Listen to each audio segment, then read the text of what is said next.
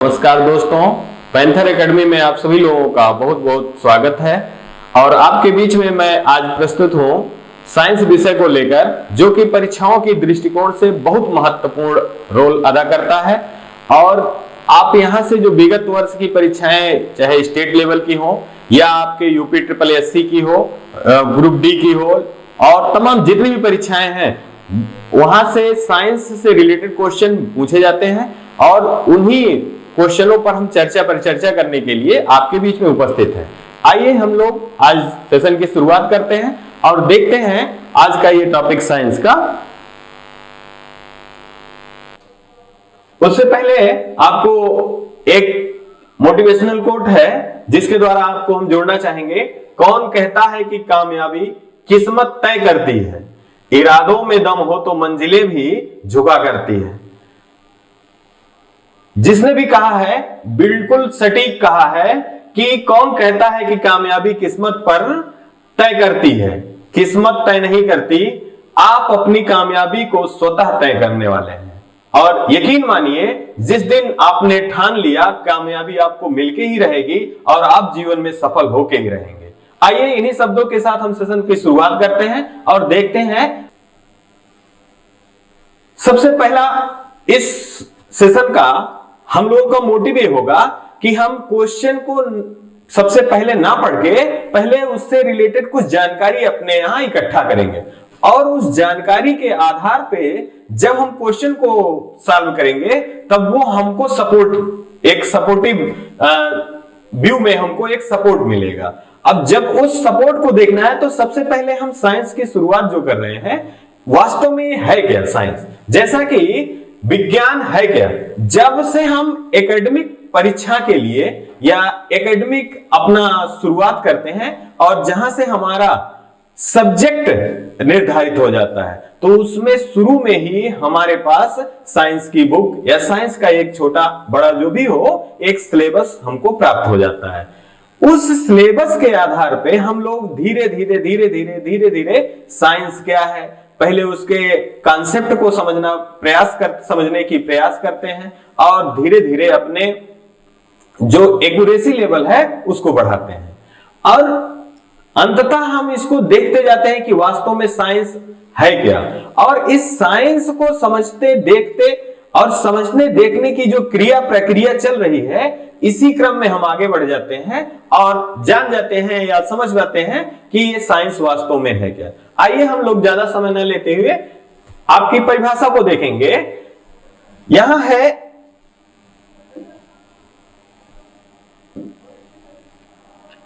विज्ञान क्या है। विज्ञान क्या है, तो आपका जो विज्ञान क्या है, इसमें भौतिक जगत की परिघटनाओं, प्रक्रियाओं, पदार्थों और उनके गुणों के संबंध के प्रेक्षणों द्वारा स्थापित सुव्यवस्थित ज्ञान ही विज्ञान है। अब इसमें शब्द थोड़ा सा आपके बहुत भारी भरकम दिख रहे हैं, जिसको समझने के लिए हमको कुछ और सरल परिभाषा की आवश्यकता होती है। अगर आप याद कर पा रहे होंगे तो जब हम शुरुआती समय में अपनी शिक्षा प्रारंभ करते हैं और सब्जेक्ट के रूप में विज्ञान पढ़ते हैं, तो वहां पर जो हमारे टीचर साइंस से रिलेटेड होते हैं वो कहते हैं, बच्चों विज्ञान क्या है, तो विज्ञान वह है जिसमें, या विज्ञान की वह शाखा है जिसके अंतर्गत किसी वस्तु के बारे में, पदार्थ के बारे में सुव्यवस्थित, सुसंगठित और क्रमबद्ध ज्ञान प्राप्त होता है। अब वो लेवल धीरे धीरे जैसे जैसे उठता चला गया, आप जैसे जैसे और ऑब्जर्वेशन की तरफ बढ़ते चले गए, उसी आधार पे अब अगर हम विज्ञान को समझना चाहें तो कह रहा है कि भौतिक जगत की परिघटनाएं, साथ ही साथ प्रक्रियाएं, पदार्थों और उनके गुणों के संबंध के प्रेक्षणों द्वारा स्थापित सुव्यवस्थित ज्ञान ही विज्ञान है। वस्तुतः विज्ञान की परिभाषा वही रही, लेकिन यहां पर शब्द के द्वारा आपको और सुव्यवस्थित शब्दों के द्वारा बताया जाने की कोशिश की जा रही है कि विज्ञान क्या है। उम्मीद है आप लोग इसको समझ पाए होंगे और आगे हम लोग कैरी करते हैं। अगला टॉपिक आपका दिया है, इसी में भौतिक जगत से हमारा तात्पर्य संसार से है जिससे हम अपनी ज्ञानेंद्रियों का अनुभव करते हैं। वास्तव में जैसे जैसे हमारा आपका संबंध ये बढ़ता जाएगा तो हम लोग विज्ञान से संबंधित बहुत सारे अनसुलझे पहलुओं के बारे में बात करेंगे। जब हम बात करेंगे तो उसमें आपको कुछ क्रियाएं भौतिक और कुछ क्रियाएं रासायनिक क्रियाओं के बारे में भी हम आपको टॉपिक वाइज बताएंगे। अब उस दौरान अब सबसे पहले आपका यहां भौतिक जगत से तात्पर्य आया है, तो ये कह रहे हैं कि संसार से जिसे हम अपनी ज्ञानेंद्रियों के द्वारा अनुभव कर सकें। मतलब आप ऐसा भी कह सकते हैं भौतिक क्रियाएं वे क्रियाएं हैं जिनको हम अपने ज्ञानेंद्रियों के द्वारा अनुभव कर ले, एहसास कर ले, जान ले, समझ ले, ऐसी क्रियाओं को हम भौतिक क्रियाएं कहते हैं। अब अगर हम इसी को और सुदृढ़ तरीके से ले जाएं, तो आगे आपका एक नया दिया गया है परिभाषा के रूप में, वास्तविक अनुभव या प्रयोगों एवं प्रक्षेपणों से प्राप्त तथ्यों, तार्किक विश्लेषण एवं सुव्यवस्थित और सुसंगठित ज्ञान को विज्ञान कहते हैं। दोस्तों, जैसा कि हमने आपसे पहले बताया विज्ञान क्या है, तो विज्ञान के परिभाषा के रूप में किसी वस्तु के बारे में सुव्यवस्थित, सुसंगठित और क्रमबद्ध ज्ञान ही विज्ञान है। इसको यहां फिर से विश्लेषित किया गया है। आगे ये देखें हम लोग, आगे अगर हम इस विज्ञान को कंटिन्यू करना चाहें, और आगे की तरफ, तो देखेंगे कि वास्तव में टाइप ऑफ साइंस क्या है। और इससे पहले अगर हम जो साइंस या विज्ञान के बारे में बात कर रहे हैं, तो आपको यह भी जानना है कि साइंस शब्द की उत्पत्ति कहां से हुई है। तो साइंस शब्द की उत्पत्ति लैटिन भाषा के साइंटिया नामक शब्द से हुआ है। अब इस साइंटिया का अर्थ क्या होता है? साइंटिया जो शब्द है ये लैटिन भाषा का शब्द है और इसका अर्थ होता है टू नो, जानना या जानकारी। अब हम विज्ञान को और सरल तरीके से समझने की कोशिश करेंगे कि विज्ञान को मुख्यतः 3 भागों में बांटा गया है, जो कि आपका पहला भाग होता है प्राकृतिक विज्ञान। अगर इसको हम देखें तो प्राकृतिक विज्ञान को नेचुरल साइंस के नाम से जाना जाता है। अब नेचुरल साइंस से आशय आपका यहां यह है कि प्रकृति के द्वारा जो भी प्रदत्त है उन चीजों का अध्ययन हम करें तो वो नेचुरल साइंस के अंतर्गत आते हैं। अब अगर हम देखें, अगला आपका है इस प्राकृतिक विज्ञान को अन्य उपवर्गों में बांटा गया है, जिसको हम क्या बोलते हैं? पहला आपका है भौतिक, या इसी को हम फिजिक्स बोलते हैं। और दूसरा आपका आता है केमिस्ट्री, जिसको हम रसायन विज्ञान जानते हैं। और तीसरा आपका आता है जीव विज्ञान, जिसको हम बायोलॉजी, या आप इसी को कह लीजिए, आप इसी को जंतु विज्ञान के नाम से भी जानते हैं। अब अगला मतलब ये विज्ञान के उपवर्ग की पहली शाखा जो थी आपके बीच में, ये प्राकृतिक विज्ञान था, जिसे नेचुरल साइंस कह रहे थे। वो मुख्यतः 3 भागों में बांटा गया। ये कौन है? भौतिक विज्ञान है, जिसे हम फिजिक्स कह रहे हैं। और दूसरा आपका रसायन विज्ञान है, जिसे हम केमिस्ट्री बोल रहे हैं। और तीसरा जीव विज्ञान है, जिसे हम बायोलॉजी शब्द से या बायोलॉजी से नाम से जानते हैं। आगे आइए, अगला उपवर्ग है औपचारिक विज्ञान, फॉर्मल साइंस। अब औपचारिक विज्ञान में आपकी जो कैटेगरी है वो गणित का दिया गया है, जिसे मैथ बोलते हैं, लॉजिक जिसको रीजनिंग बोलते हैं आप, और इसी का अंतिम उपवर्ग जो है वो सामाजिक विज्ञान है। समाज के अध्ययन के लिए सामाजिक अध्ययन क्या है? समाज में समाज किनसे बना है? तो मानव के व्यवहार का जो अध्ययन होता है वह भाग होता है सामाजिक विज्ञान का। और समाज, मानव जिस परिवेश में रहता है उससे इर्द गिर्द घिरे हुए जो हैं उनका एक अपना रिलेशन होता है, एक अपना परिवार होता है, उसको हम क्या बोलते हैं? समाज बोलते हैं। मतलब अगर हम कम शब्दों में कहें तो विज्ञान, जो कि लैटिन भाषा के साइंटिया नामक से लिया गया है, जिसका अर्थ होता है जानना या जानकारी प्राप्त करना। अगर हम इनके उपवर्गों को देखें तो मुख्यतः निम्न उपवर्गों में बांटे गए हैं, जिसे हम अगर कुछ शब्दों में बताएं तो एक पहला आपका प्राकृतिक विज्ञान है जिसे नेचुरल साइंस कहते हैं, दूसरा औपचारिक विज्ञान है जिसे हम फॉर्मल साइंस कहते हैं, तीसरा आपका सामाजिक विज्ञान है जिसे हम सोशल साइंस कहते हैं। अगर इनके उपवर्गों के बारे में बात करें तो भौतिक जिसे फिजिक्स बोलते हैं, रसायन जिसे केमिस्ट्री बोलते हैं, और तीसरा इसी का जीव विज्ञान जिसे बायोलॉजी के नाम से जाना जाता है। औपचारिक में गणित, मैथ जिसे, और लॉजिक में रीजनिंग, फिर सामाजिक और सोशल साइंस में आपके मानव ह्यूमन बिहेवियर और आपके समाज सोशल वर्क, ये चीजें आती हैं। इसी पॉइंट से आगे हम लोग अब अपने परीक्षा की दृष्टिकोण से जानना चाहते हैं या समझने की कोशिश करें कि वास्तव में जो इतना बड़ा विज्ञान का सिलेबस है, क्या हमको सारे परीक्षाओं में यही से क्वेश्चन मिलने वाले हैं? तो हमारा जो ये नजरिया है या आपके द्वारा दिया गया पेपर या आप भी जो परीक्षा जिस परीक्षा की दृष्टिकोण से आप तैयारी कर रहे हैं, अगर उनके पिछले वर्ष के क्वेश्चन पेपर का आप एनालिसिस करें तो उस दौरान आपका जो एक बड़ा सा हिस्सा कट के आएगा आपके पास, वह आएगा प्राकृतिक विज्ञान वाले हिस्से से। अब इस प्राकृतिक विज्ञान वाले हिस्से को हमको आगे कंटिन्यू करना है, क्योंकि यहां पर परीक्षा की दृष्टिकोण से हमको ज्यादा मटेरियल मिल जा रहा है।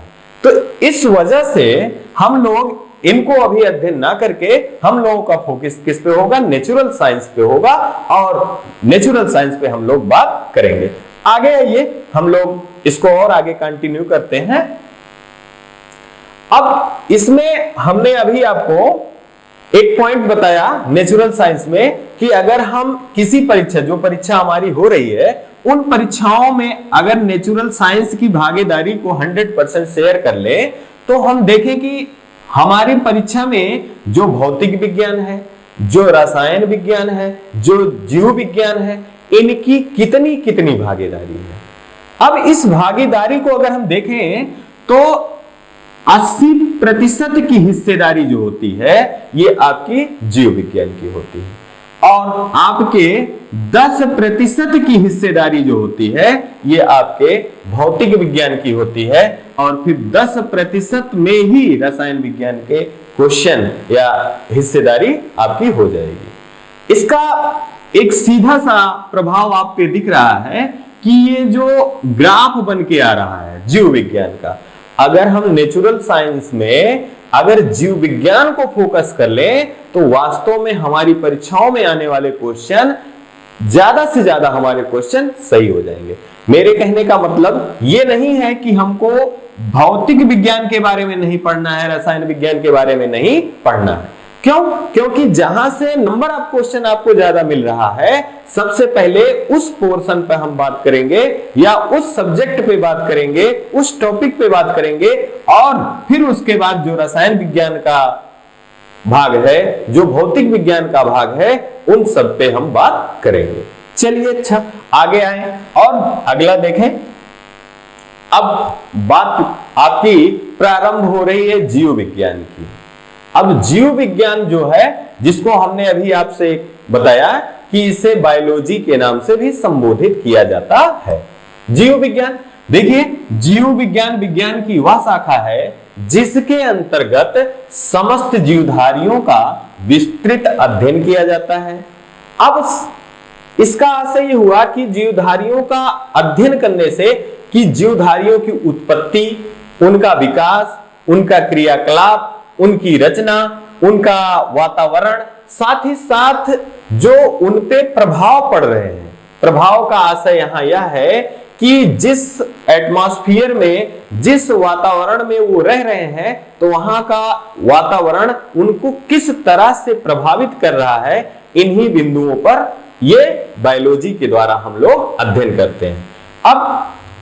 अब देखें, जीव विज्ञान विज्ञान की वह शाखा है जिसके अंतर्गत समस्त विस्तृत अध्ययन किया जाता है जीवधारी की उत्पत्ति का, उनके विकास का, उनके क्रियाकलाप का, उनके रचना का, उनके वातावरण पर पड़ने वाले प्रभाव का, उनके पारस्परिक क्रियाओं का, यहां तक कि उनकी मृत्यु के अंतर्गत आने वाली क्रियाएं भी जीव विज्ञान के अंतर्गत आती हैं।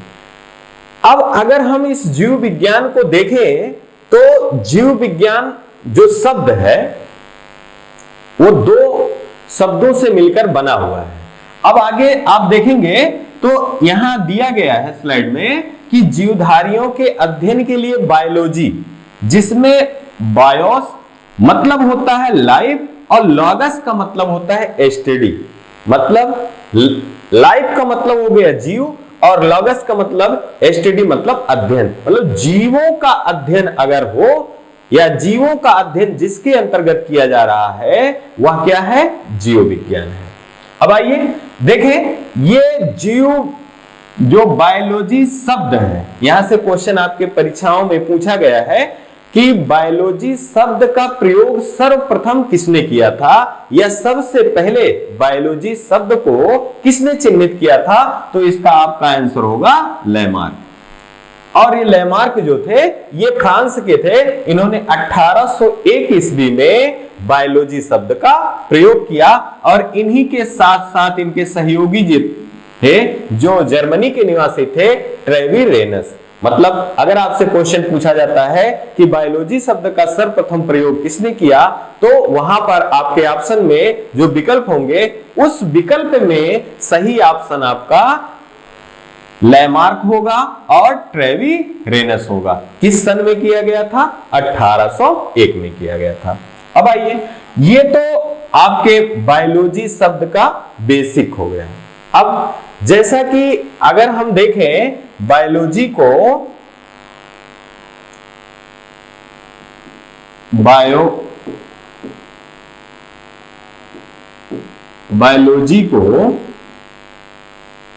तो इसकी दो मुख्य शाखाएं हैं, उपवर्ग हैं। एक आपका जूलॉजी है और दूसरा जो है आपका बॉटनी। अब जैसा कि अभी हमने पढ़ा कि जीव विज्ञान क्या है? समस्त जीवधारियों की उत्पत्ति, उनका विकास, उनके क्रियाकलाप और उनके प्रभावों का अध्ययन करता है। तो यहां से बायोलॉजी शब्द में दो उपवर्ग हुए, एक जूलॉजी और दूसरा बॉटनी। अगर जूलॉजी की बात करें, इसको अगर हम तोड़ें तो इसमें होता क्या है? ये होता है जू का मतलब होता है जंतु और लॉगस का मतलब होता है आपका स्टडी। जैसा कि अभी हमने बायोस मींस पढ़ा था लाइफ और लॉगस का मींस पढ़ा था स्टडी। ऐसे ही दो शब्दों से जू और लॉजी शब्द से मिलकर, लॉगस शब्द से मिलकर ये बना है, इसी नाते इसको बोलते हैं जूलॉजी। अब इसका मतलब ये हो गया, जूलॉजी में जीवों का अध्ययन होता है। किसका? जीवों का अध्ययन होता है, जीवों का अध्ययन होता है। यहीं पे बॉटनी जो शब्द है इसमें दो शब्दों से बना हुआ है और ये आपके जो शब्द हैं इनको बोलते हैं बॉटन एंड हर्ब। अब बॉटन शब्द आप देखेंगे, यह देखिए, बॉटन मतलब होता है हर्ब। हर्ब मतलब आपके होते हैं छोटे पेड़ पौधे, बड़े पेड़ पौधे, मतलब प्लांट। अब जैसा कि यहां जीवों का अध्ययन किया जा रहा था तो यहां वनस्पति का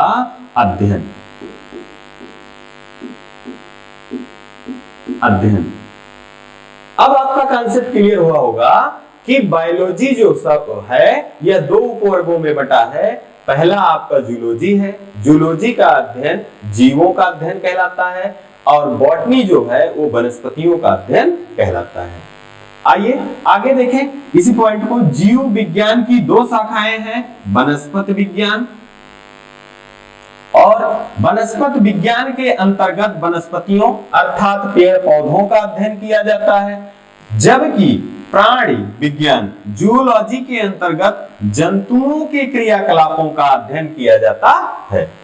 अब यहां से एक क्वेश्चन और बन जाता है, जैसे अभी हमने ऊपर देखा कि बायोलॉजी शब्द का सबसे पहले प्रयोग किसने किया, तो वहां आपको बताया गया कि 1801 में फ्रांस के वैज्ञानिक लैमार्क और जर्मनी के ट्रेवी नामक वैज्ञानिक ने सबसे पहले बायोलॉजी शब्द का प्रयोग किया। यहीं पे जब वनस्पति विज्ञान की बात हो या प्राण विज्ञान की बात हो तो यहां पर क्वेश्चन का आंसर दूसरा होगा। अब आइए उसको देखें।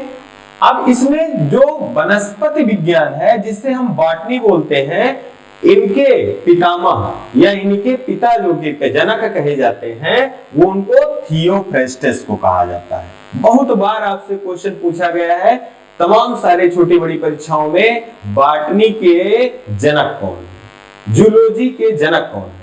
तो बॉटनी के जनक जो है वो थियोफ्रेस्टस है और इनकी एक बहुत पॉपुलर बुक है, आपको हमेशा इसको याद रखना चाहिए। इनकी एक बुक है Historia plantarum. Historia plantarum, Historia plantarum किसकी बुक है? थियोफ्रेस्टस की बुक है। थियोफ्रेस्टस को क्या कहा जाता है? फादर ऑफ बॉटनी कहा जाता है।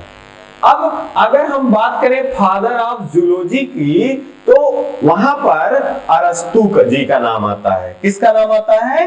अरस्तु का नाम आता है। जैसा कि थियोफ्रेस्टस को फादर ऑफ बॉटनी कहा जाता है, ऐसे ही अरस्तु को फादर ऑफ जियोलॉजी कहा जाता है। जिस तरह से थियोफ्रेस्टस की प्रसिद्ध बुक है हिस्टोरिया प्लांटेरियम, उसी तरह से अरस्तु की एक बहुत पॉपुलर बुक है हिस्टोरिया एनिमलियम। अब वास्तव में इन बुकों में है क्या, यह भी जानना जरूरी है। जैसा कि ये थियोफ्रेस्टस वनस्पति विज्ञान के पिता हैं, तो लगभग 500 वनस्पतियों के बारे में, मतलब 500 प्रजातियों के बारे में इन्होंने अपनी पुस्तक हिस्टोरिया प्लांटेरियम में उनके गुणधर्मों के बारे में व्याख्या की हुई है। सेम इसी तरह से अरस्तु जी ने हिस्टोरिया एनिमलियम में लगभग 500 जीवों के बारे में बताया है कि इनका कैसा नेचर होगा और ये कैसा बिहेव प्रस्तुत करेंगे।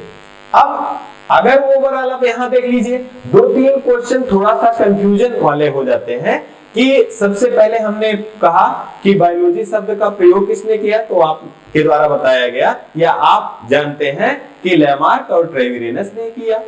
ये आपका सही है। लेकिन अगर आपसे कहीं क्वेश्चन हो जाए कि father of biology, father of biology शब्द का प्रयोग लेमार्क और ट्रेविरेनस ने किया था, लेकिन उन्हें फादर ऑफ बायोलॉजी नहीं कहा जाता। फादर ऑफ बायोलॉजी अरस्तु को कहा जाता है, या इन्हीं को बहुत सारे बुकों में या बहुत सारे जगहों पे अरिस्टोटल के नाम से जाना जाता है। तो अब हमारे पास जानकारी क्या निकल के आई? एक बड़ा कॉन्सेप्ट, फादर ऑफ अगर बायोलॉजी पूछता है तो आप बताएंगे अरस्तु या अरिस्टोटल। अगर फादर ऑफ बॉटनी पूछता है तो आप बताएंगे थियोफ्रेस्टस। अगर आप फादर ऑफ जूलॉजी पूछता है तो आप क्या बताएंगे? आप बताएंगे अरस्तु या अरिस्टोटल। आइए हम लोग थोड़ा सा आगे और देखते हैं। अब ये इतनी चीजें जो बेसिक कॉन्सेप्ट है, हम लोगों ने बात किस पे किया? जीव विज्ञान पे। किस पे बात किया? जीव विज्ञान पे।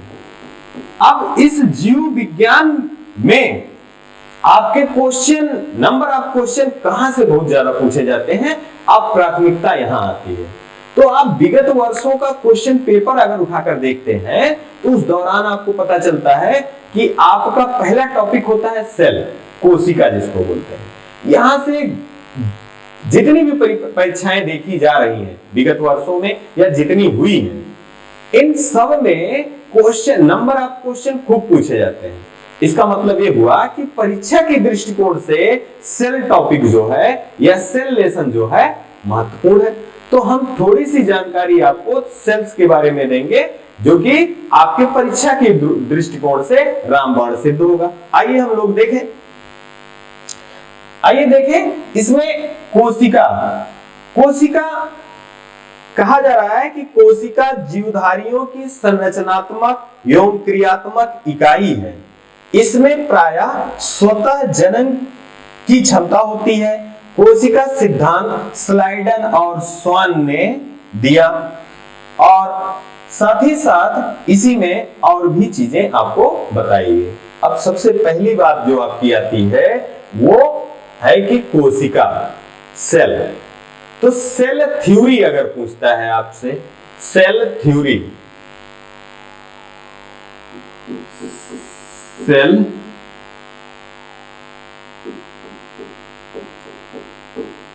सेल थ्योरी, तो आप बेशक स्लाइडर और स्वान बताएंगे, लेकिन अब सेल को तुरंत जान लेना या सेल के बारे में जान लेना, इससे पहले सेल से संबंधित कुछ क्वेश्चन और भी पूछे जाते हैं। उन क्वेश्चनों को हम लोग अगले टॉपिक में बात करेंगे कि वास्तव में ये सेल के जो परिकल्पनाएं हैं, किन किन लोगों के द्वारा सेल के बारे में परिकल्पनाएं दी गई हैं और इन परिकल्पनाओं का क्या इतिहास रहा है। आप लोगों का ये जो बायोलॉजी का छोटा सा टॉपिक आप लोगों के बीच लेकर मैं प्रस्तुत हूं, इस संबंध में आपको केवल 2 लाइन से हम जोड़ना चाहेंगे। मंजिल से आगे निकलकर मंजिल की तलाश कर, गर मिल जाए दरिया तो समंदर की तलाश कर। आपको रुकना नहीं है, थकना नहीं है, चलते रहना है, निरंतर अपने पथ पर चलते रहिए। यकीन करिए आपको सफलता मिलनी ही मिलनी है। आपको यह सेशन हमारा कैसा लगा, अपना फीडबैक कमेंट के माध्यम से दीजिए। जब आप कमेंट और लाइक करते हैं तो हमारी जो टीम है, हमारा जो मनोबल है कि हमने जो अपना प्रयास किया उस प्रयास का बेनिफिट क्या मिला, या उस प्रयास से आपको क्या लाभ मिल रहा है, या आप उससे लाभान्वित हो रहे हैं या नहीं हो पा रहे हैं। इन सारी चीजों के बाद और आपके लिए कुछ अच्छा करने की जिज्ञासा, कुछ अच्छा करने की चाह और मन में लगती है। और आप लोग से उम्मीद है कि आप लोग चैनल को ढेर सारा प्यार जो दे रहे हैं, इसके लिए आप लोग का आभार है। और आप लोग अपने पढ़ाई को निरंतर जारी रखिए, साथ ही साथ अपना बहुत सारा ख्याल रखिए। जय हिंद, जय भारत।